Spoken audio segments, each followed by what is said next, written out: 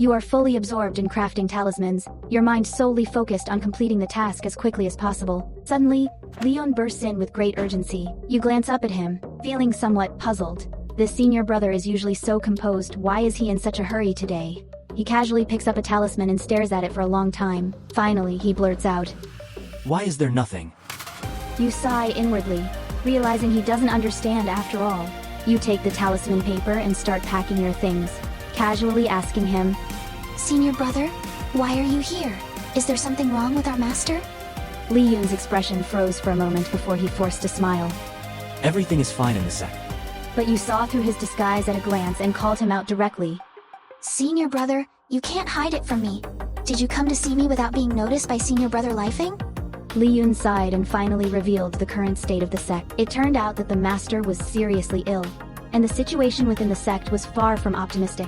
The Bibo Pavilion has been heavily marginalized, to the point where even your identity is not recognized, and you're being secretly monitored. Hearing this, your heart grew heavy. You knew all too well the methods of Li Feng. He must already have his eyes on you. He might have even found clues about the secret manual. Li Yun advised you not to return to the sect to avoid drawing more attention from Li Feng. He also suggested you come clean with the Bai and Lin families to seek their protection. Your heart warmed with gratitude for your senior brother's concern, but you knew you couldn't back down now. You were determined to participate in both of the sect's major competitions, the Disciple Selection Tournament and the 5 Continents Alliance Immortal Sect Tournament. This is your chance to prove yourself, and also an opportunity to fight for your master. You then ask Li Yun if the sect has any frost heart grass. As soon as Li Yun hears you mention Xiao Yun's condition, his expression turns serious. He promises to do his best to help you find the frost heart grass, as saving lives is the priority. Filled with gratitude, you offer him a solemn bow. Next, you work day and night crafting talismans, and finally finish before high hour, 9 to 11 p.m. To avoid drawing attention,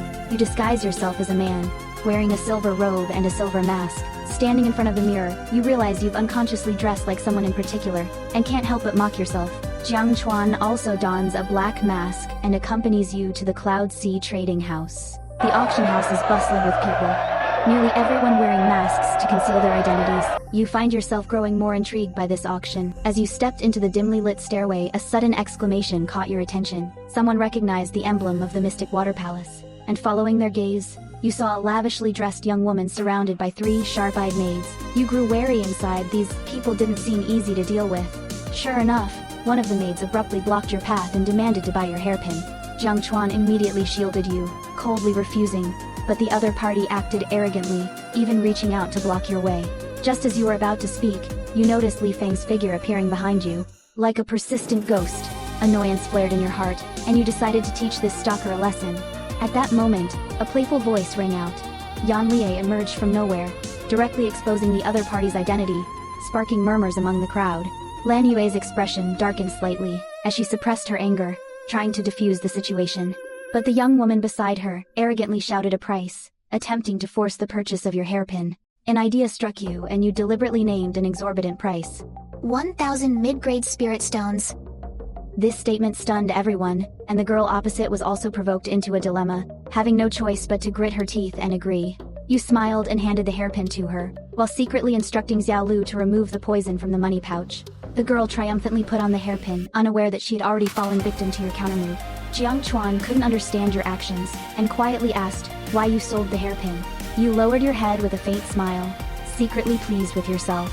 At that moment, a black-clad figure from the auction house came to guide the way. Seizing the opportunity, you handed him a box, and asked him to deliver it to Elder Feng Shi. You knew this step was crucial, and what would happen next was anyone's guess.